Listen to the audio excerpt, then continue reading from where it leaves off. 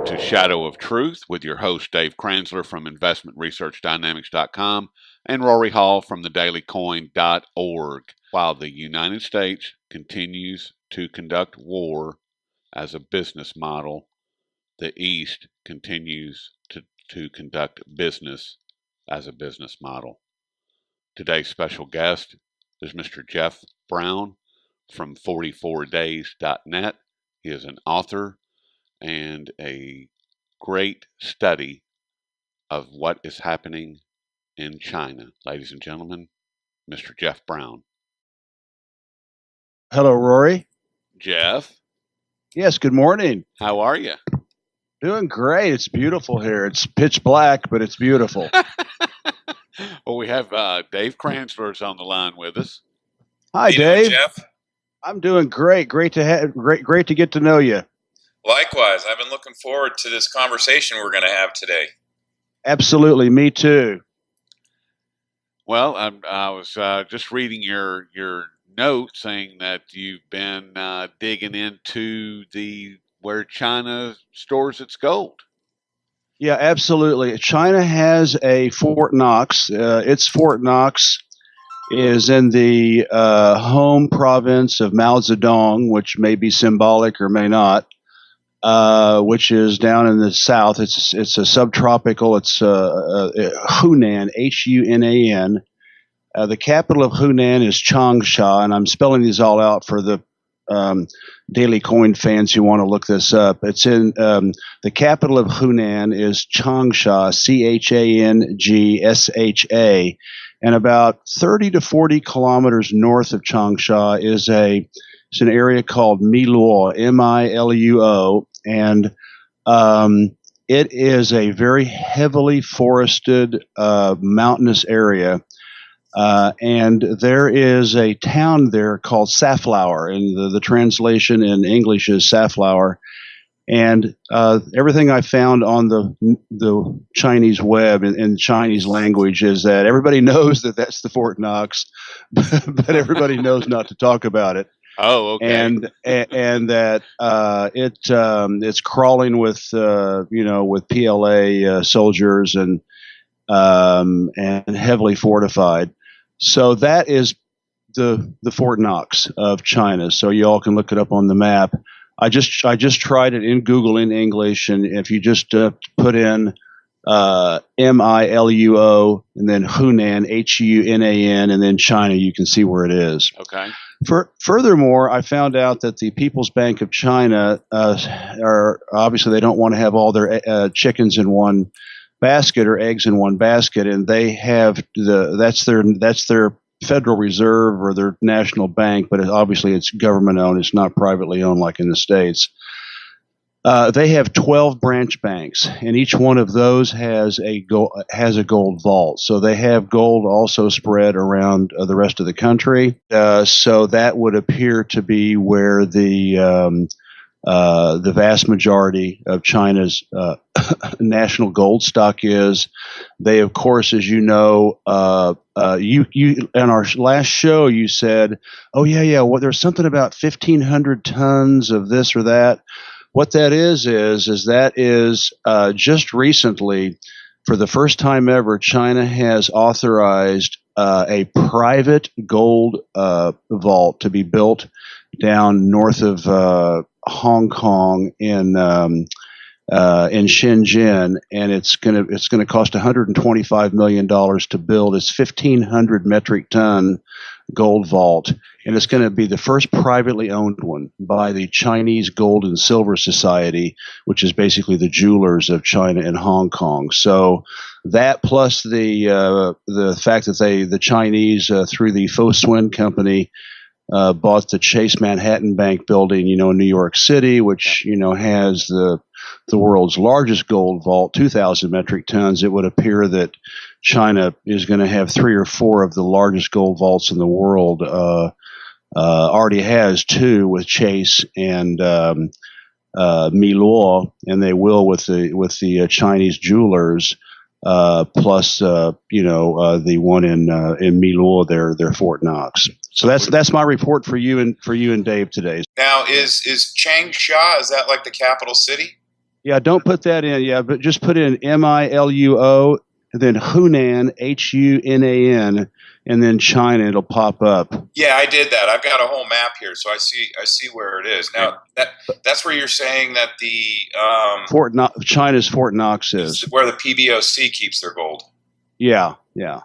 And well, most of it, because most of it, okay. they do allow, they also have 12 branch banks around the country. And of course, people tend to forget China is a continent-sized country. It's as big as Canada and the United States. And so they have also 12 branch banks, obviously one here in Beijing, Shanghai, Guangzhou, Chongqing, the four big cities, and then the major provincial capitals around the country. And Shangji, isn't that the old world trading center for China? Shaanxi. Well, Shaanxi is where Xi'an is, and that is, I guarantee you, there's a PBOC there. That is that's the terminus of the fabled Silk Roads.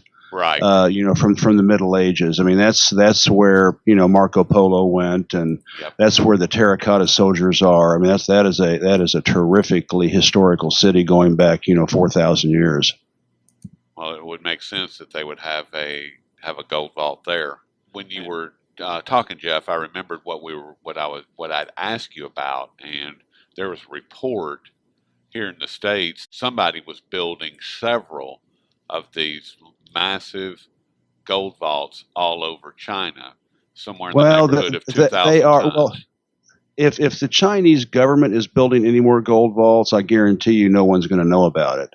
Okay. But when the Hong Kong jewelers inked the deal to put in the very first private one, and 1,500 metric tons. I mean, that's a huge vault. Yes. That went public. I mean, that was all over the Hong Kong press, and it was actually in the Chinese press too, in Chinese. So that one's very public, and the fact that it's the first private vault in China ever to be allowed is I think very very symbolic about China's willingness to liberalize its gold market.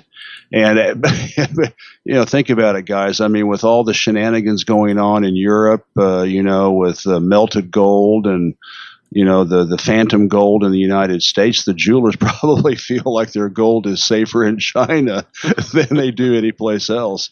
I would agree with that. I know I would feel a lot better. Closer the better. The closer to my hand is. It's gonna be right across the border from Hong Kong in a special economic zone called Qianhai, Qianhai, which is SEZ in Shenzhen, which is of course the celebrated very first special economic zone that was developed by Deng Xiaoping, which was actually the brainchild of Xi Jinping's father, Xi Zhongxun. He was actually the guy that developed that idea. He was the governor of Guangdong when and he was the one that pitched it to Deng, and Deng signed off on it. So it was actually, this all goes back to Xi Jinping and his father. Very cool. You are just a wealth of knowledge, Jeff, and I certainly appreciate your willingness to come on and to share with Dave and I and our audience. And man, I've learned more in the first 10 minutes here than the last 10 months about what's going on. You guys are a font of information and knowledge too. What's going on from your end? Just for the benefit of our audience, Jeff, can you just sort of describe your background really briefly and what you're doing in China and how long you've been there? I'm from Oklahoma, and Oklahoma State, Purdue graduate. Went to the Peace Corps in 1980 in North Africa, and that started my career. I never went back home really, and spent 10 years in Africa and the Middle East, 7 years in China, 5 years in France, and then so that my mom and dad could be grandmother and grandfather, we moved back to Oklahoma in 2001. stayed there until 2010, and we were there during the Bush years, and it was not a great time to be back, and we just couldn't handle it anymore. And during that time, to be honest with you, we had a real estate business, lost everything, went completely bankrupt in 2008. From 2008 to 2010, and we got into teaching, and my wife and I are now, and we came back over in 2010 because they were firing so many teachers, and we came back over here in 2010, and it's just been an amazing journey. I wrote my first book here, 44 Days, and am now writing Xi Jinping's Diaries, and have my other book, Reflections in Sinoland, based on all my columns on my website. So coming back was a really fortuitous event, and I wouldn't trade it for the world to see China from in the 1990s, and then to see it in the 2010s. Has been a revelation. Big difference. Yeah. So, Dave, tell us what you know about the gold fix here in China. I've done a little bit of research, but I'm sure you know it better. Well, I don't know that I would assume that I know more than you do, Jeff. What I know is basically just what's been written over here about it, which is that the Chinese plan on introducing a yuan-based gold fix that will compete with the London gold fix, and I believe it's going to be fixed off of the new Shanghai Gold Exchange International Futures Exchange. But you can clarify that or rectify it if that's wrong. Actually, the fascinating thing about the Shanghai Gold Exchange is that it's all physical bullion. There's no paper, and they are the arrogance of the West, with the IMF and the World Bank, and now China's, is so powerful economically that they,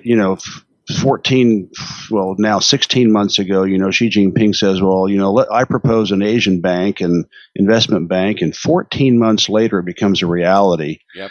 And everybody except the United States and Japan are in on it. It's one of the greatest humiliations of America's empire.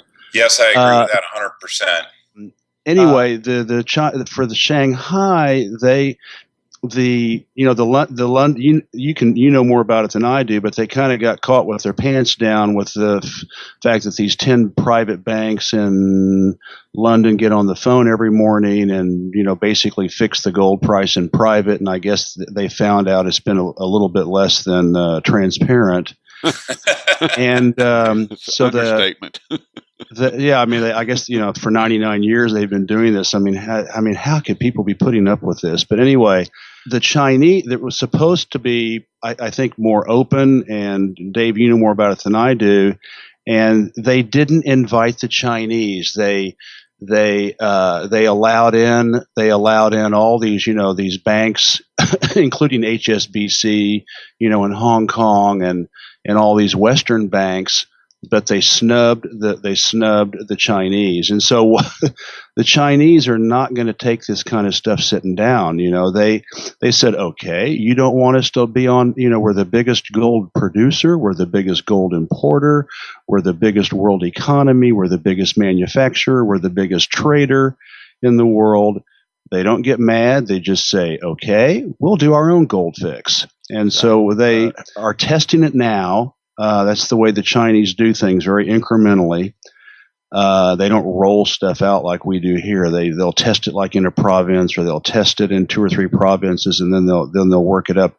They'll scale it up, and that's what they've done. They're testing it in Shanghai, and to make sure that it is actually an honest fix, it is based on a kilo bar, a 1 kilogram bar, and it's going to actually be bid on. The gold fix is going to be set publicly. In other words, people from the outside will actually bid on that gold bar, and so it will be much more transparent. So they'll put it on. They'll put that gold bar up for bid, and that way it will be open and transparent, which is the antithesis of the London the metal exchange. Exactly.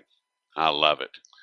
So I don't know what's going to happen with that. The Chinese, they do not do things quickly. They make sure things work. They get all the kinks out.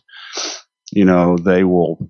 I'm sure this will take months for them to finally roll it out.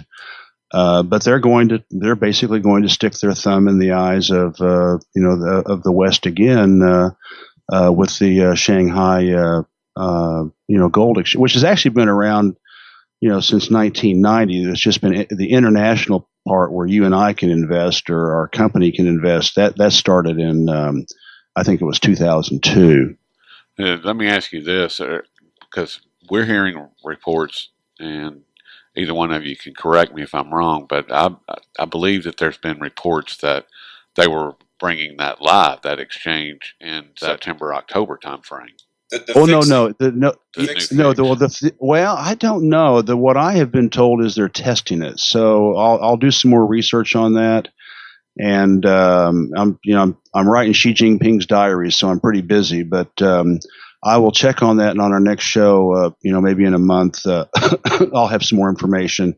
My understanding is that it was that's something. Correct. At least the media over here that is actually reporting on it. It's been, for some reason, it's been kind of filtered through that the plan is to roll it out by September. Oh, yeah, this year. That makes sense. Definitely this year. That the most definitive thing I can find that comes from actually China is that they were going to roll it out before the end of 2015, and somehow that's gotten synthesized down to September. So who knows? Well, the 70th anniversary of the victory of fascism by the Russians and the Chinese on September 3rd. That'd be a good time to do it. Maybe that's where people are pulling the September time frame out. Yeah, it would be so un-Chinese for them to sit there, and go, we're rolling out the gold fix here in Shanghai. They just don't do things that way. They test things, they tinker with things, they try things, they screw up. Everybody here says the legislature's rubber stamp. It's not rubber stamp. What it is twice a year they get together and meet for a week, but during the other 50 weeks of the year, they're furiously negotiating and discussing and passing bills and everything. They get rid of all of that parliamentary, show stuff, where they stand up and argue in public. They take care of all that behind the scenes and make all the decisions and shake hands and pass their laws, behind closed doors, like gentlemen. That's the way they do things here, and they're going to sit there and tinker with that gold fix. And they tied the Hong Kong market, the Hong Kong Metals Exchange, to the Shanghai Metal Exchange, electronically this year. They just do things in baby steps, and then they do things, quite privately, and then they'll just kind of quietly, there'll be an article in the paper that says, yeah, the gold fix is now official, but they typically don't make a big deal out of this kind of stuff. They just do it. They don't talk about it. They just do it. I have a question here, and obviously we're going to have you back as much as you want to come back on our show. And this is something we can always push down the road. But a lot of the alternative media, blogosphere types here think that the public disagreements between the United States and China are some kind of kabuki theater, and that what's really going on is that the U.S. and China are secretly behind the scenes collaborating on a new world order. And I've been reading that. I don't know. Tell me what you think, Dave. Well, my thing is I find it very hard to believe, and I totally agree. The Chinese don't like us. They don't like us. I mean, I'm writing Xi Jinping's diaries. I read all this stuff in Chinese. They don't like us. They until 1872, even after the debauchery of colonialism that started in 1514 with the Portuguese, and and then the Americans and the English in the 17th century, and then the debauchery of the Opium Wars, and addicting 25% of the adult population to opium. It wasn't until millions of coolies, Chinese slaves were exported all over Latin America and the Caribbean. In spite of all that, China was still the world's largest economy until 1872, until finally the United States eclipsed it. And it took that long and that much misery of colonialism, exploitation, and drug addiction, which was perpetrated by the British and the United States, for the Chinese to finally, become the second largest economy. And then, of course, it imploded in the Japanese and etc. So they are accustomed to economic greatness, and it's going to be in the diaries. I mean, you just go to the National Museum and you see their exhibition on China's reawakening. Xi Jinping has very brilliantly rebranded. I mean, his media savvy is just amazing. So there's this exhibition at the National Museum right on Tiananmen Square called the China's Awakening, and it's basically a history of China post-colonial contact and then post-liberation in 1949. And it's very telling that, and I'm actually going to put this in Xi Jinping's diaries. It's because he actually went there right after he became president, and that's where he launched his Chinese dream. It was at that exhibition that he launched his Chinese dream campaign. And when you walk into the exhibit, you literally there's a recessed map on the floor that shows the world map in 1949, with all the colonies of Britain and all the colonies of France and all the colonies of Europe. There's independent China, and you literally walk over this map symbolically, as if you're like showing your contempt for the colonial world, the Western colonialism. You literally walk over this glass-covered map of colonial the colonial world in 1949. The enslavement of man. Yeah, exactly. They don't like us.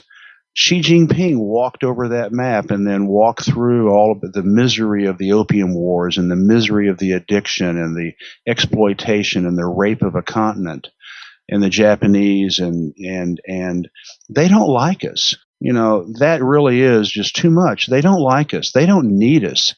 They haven't needed us for 4,000 years.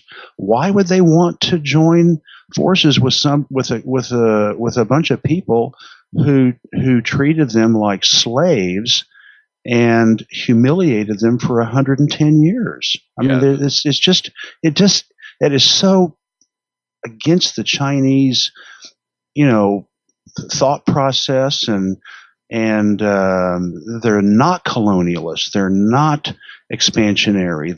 They have never had a hit other than Vietnam. That's the only country they colonized, and they did it for 1,000 years, and they regret it. And because now the Vietnamese hate them, and they have no. It's just not in their DNA. So I agree with you, Dave. I think it's just total. It's just a little bit too conspiratorial for me. I think it's misdirection. I think it's people who don't understand the history of everything that you just talked about. For the clarification for our audience, can you just explain who Xi Jinping is? Yeah, Xi Jinping is the president of the Republic of China. And he became president, and I say he's elected. He was elected through 30 years of. I mean, we'll have to have another show about how China's leaders are. It's a very meritocracy. But he, for 30 years, came up through the ranks and became president in 2013. And he is a tour de force. I mean, he is the West's worst nightmare. He's honest. He's hardworking. He's exemplary. He's proud of his culture. He's proud of his people. He's proud of their accomplishments. And I've been saying this on my website in articles. We are now in the Xi era. We had the Mao era from 1949 to 1978. Okay, he died in 76, but Deng didn't start the opening up of China till 1978. So then we had the Deng era from 1978 to 2013, and now the world is in the Xi era. And I'm going in my diaries, I am going to point out that really everybody thinks that that the United States is the dog, and wagging the world's tail. I'm going I can convincingly say that actually it's China as the dog that's been wagging the U.S.'s tail since 1949, and so we're now in the Xi era, and he is everywhere. He is in Kazakhstan this week. He is in Belarus. He is in Moscow. He has even gone to countries in Oceania. He was just in Indonesia. He was just in Pakistan. Modi's coming from India after he gets back from Moscow for the World War II commemoration and the parade in Moscow. Chinese ships are in the Black Sea, docking at docking at a port in Russia. The West has no answer for Xi Jinping, and he's media savvy. He has his own application now. You can get a phone app. I kid you not. You can get a phone application for free here with all of his books, that you can read all of his books online now through a phone application. There's even been cartoons that came out over Chinese New Year, 3 animated cartoons about Xi Jinping, cleaning up all the corruption and the rot here in China. He is very media savvy. He's got the Chinese dream that he has launched, and the United States, all they can do, is not join the AIIB. I mean, that, and moving, more and more ships over here into the South China Sea. That's the only answer the United States has. It's sad, really. I have to say that if anything sort of points to the idea that the U.S. and China are not collaborating, is the fact that the U.S. and the United States lapdog Japan have not joined the AIIB. That says all you need to know. Absolutely. Obama, coming over here late last year and getting Abe, Shinzo all riled up, and then going to the Philippines and signing a deal to put 1,000 soldiers there. Anyway, we were in the Philippines for Easter break, and there were all these headlines, about, China this, and on the Spratlys building air runways and all this other stuff, and building artificial, things on the islands there. But no one mentioned the fact that is China's answer. That is their big FU to the United States for getting the Philippines to accept 1,000 soldiers to put back on Subic Bay or Clark Air Force Base. Actually, it's not those two. It's the old the Vietnam War era bases, but it's a Philippine base. But they don't. No one mentions the fact or has forgotten the fact that Obama twisted the president of the Philippines into taking 1,000 soldiers to plant, on China's front door. That's why they're building those airstrips on the Spratly Islands, to backhandedly tell the United States, okay, you're going to do that, we're going to do this. Goes back to what I'd said when you and I originally spoke, is that the United States does war, China and Russia do business. They're doing business. They're conducting exactly business, right. and we are conducting war, and that's all that we have. Absolutely. Just like you pointed out. I mean, and you lost me when you were describing the president of China, and pronounce his name one more time for me. Xi Jinping. Xi Jinping. Jinping means close to peace. Okay, I like that. I like that a lot.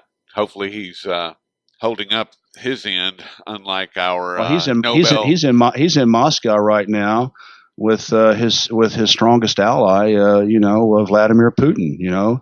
Isn't that? I mean, just think about this. No Western country has anybody at the commemoration of the defeat of fascism in the Second World War. No Europeans. I think a couple of the Czechs were there, maybe in Serbia, and a couple of other Eastern European countries are there.